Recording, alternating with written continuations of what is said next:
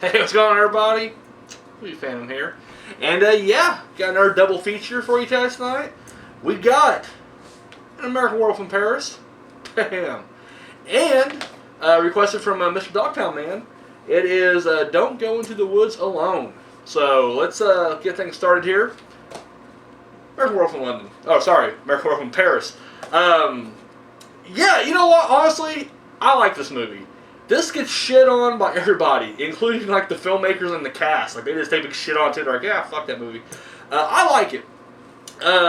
It pretty much is this updated version of American Werewolf in London.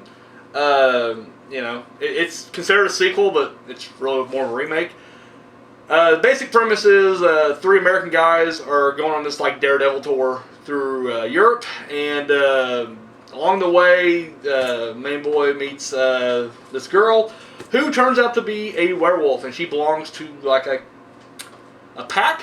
I'm gonna say pack. Pack sounds right. I don't say coven for a second, but that's more witches. A pack of other werewolves.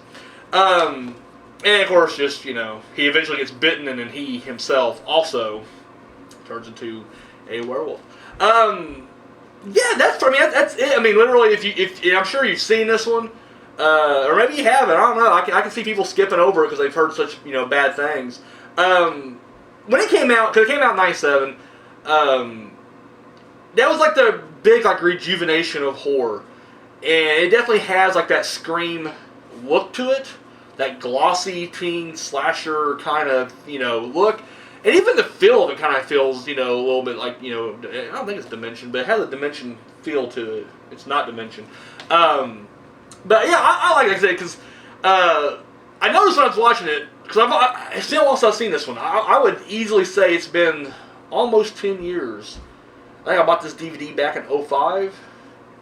So over 10 years since I watched it. Because it's really not a movie I watch a whole lot. It's not a go-to for me. And I didn't realize that until when I watched it this past week. But, I mean, it's still enjoyable. I think the one thing, I just because I'm older, I don't know. I remember thinking it was a lot funnier, like the shenanigans that the boys were getting into. There's this whole ordeal where she had when she jumped, she had like a suicide note or something like that. There's a scene where the girl's gonna jump off the Eiffel Tower, and then he jumps after her to save her. And of course, because he's Daredevil, he has bungee cord and everything, and he saves her, but he ends up injuring himself, on the way back up. And anyway, but she had a note, and he tells his friends, go get the note. So there's like this little mini montage of just them looking for the note, and they're just getting themselves into mischief and stuff like that. And I remember thinking to myself then, like, yeah, this is funny. I'm laughing, and then I'm watching it last night. I'm like, did I used to think this was funny? So I think that's another thing too. I was younger. There's the whole sequence. Which I still think this is funny where he asked her out on a date, and they're having coffee. And, of course, his friends are just trying to get him laid. That's their whole thing. I mean, literally, it's a very Porky's mindset here. And so they give him these condoms. And then, of course, like, after, everything's kind of going wrong. And then she sees the condoms. And he's like, oh, it's chewing gum. It's gum that resembles condoms. It's a joke in America. And then she makes him chew on. He blows a bubble. It's a condom. So it's, it's a dick shape. And then it goes off, and once again, it sounds stupid. I'm saying it out loud, and I'm sure, like that cynical audience is like, this is comedy. I like it. I don't know. It's got kind of humor's up my alley. Now, watching it, recently, I'm just kind of like, I can see exactly why this failed, and I'm gonna get to the big reason it failed, in my opinion. But I think that the humor was probably one of those things where people are just like, oh, this isn't funny, and it's just stupid or whatever. Which I still find it funny. A lot of the acting, that's one thing. Sorry, I got a bug bite or something on my ankle here. I'm sorry, guys. I'm scratching the shit out right now. I know I don't scratch it; it'll just make it worse. But fuck it, it's my ankle. So, some of the acting is just god awful. It's some of the dialogue. I mean, don't get me wrong; it's not a perfect film, but I'm not trying to save it. There's a scene where when he's trying to get the date with her, and he just does this like, well, I guess you don't like me. I'll go. It's just so, pathetic. And not even, I don't know. It's bad. And then, she runs over to him. She's like, no, wait. And she kisses him. And then she's like, no, we can't be together. You're like, wait, what? Like, well, I don't know. But I think the other big thing is the CGI. Which I remember, once again, this is 97, this is junior high Phantom right here, watching this. I didn't remember thinking it would look that bad then. God damn, watching it now, you're like, fuck me. And it's not all bad, but it's not all good either. And, yeah, the transformation scenes are just really bad. And the problem is, you can't help it but compare it to American Werewolf in London. Because clearly it's supposed to be the sequel or whatever, so automatically it's already, you get the standard right there. And you're like, hey, I'm not sure what the budget was. I'm sure it was a lot lower for London. And yet it looks incredible. That transformation scene is still my favorite. And not just mine, I mean, it's considered like one of the best. Like, only up there's like the Howling. It's like the Howling and American Werewolf in London are like the two, whatever. Best transformation scene. So here to see like this transformation scene, this look really cheesy, cartoony. Yeah, it does. It does kind of take the wind out of your sail. You're like, okay. And like I said, the CGI does not hold up at all. Like I said, it looked a lot worse than I remember it. Maybe I was looking at it through rose tinted glasses, but now I'm seeing it and I'm like, oh. However, I am not going to turn my back on this movie. I still like it. I like the story. I think the story's solid. In fact, I mean the acting isn't the greatest, but no, I think the story is really good. I like the happier ending. Yeah, every time I watch American Werewolf in London, don't get me wrong, I do like downbeat endings, but I love that character in fucking American Werewolf in London, and you just hate to see him get killed at the end. And so it was nice to see, no matter how cheesy it was, and it's pretty cheesy in this, it's still nice to see him go out on top, and they do break the curse, and I really like that. I like the idea of being able to break the fucking curse. You gotta eat the heart out of, the ones that infected you. I thought that was brilliant. So no, I mean, this hits a lot of, high marks for me as well. Will I put it up there with London? Hell no. Fuck no. But I don't think it's the worst. In fact, I mean, I've never done a top 10 werewolf movies. I'm sure even now it would still be in my top 10. I mean, I need to get on that, actually, I think. There's always rumors, and I'm not sure, I'm sure they will, actually. They're always like they're going to remake American Werewolf in London. I'm like, you don't need to. Not just because it's another mindless, don't get me wrong, you guys know my stance by now on remakes anyways, but I'm like, look at Paris, like, this is pretty much a remake that is just disguised as a sequel. You know what I mean? Like, they're like, it's a sequel, it's part 2, and it's not. It's literally a fucking remake. It's the same story, you just change it to a different city. And I'm like, just go ahead and do a third one, and call it a sequel, and just remake it anyways. Like, to me, I think that would lessen the blow. It really would. It probably wouldn't be great, but you still be like, oh, well, this wasn't a remake. And then later on, when they're at a convention or doing an interview, they're like, yeah, it's a remake, and we disguised it. It's the fucking full people. My suggestion is, for the title, An American Werewolf in America. Because why not? At this point, why the fuck not? You can't take the movie seriously anyway, just because it is a remake-ul. That's a word.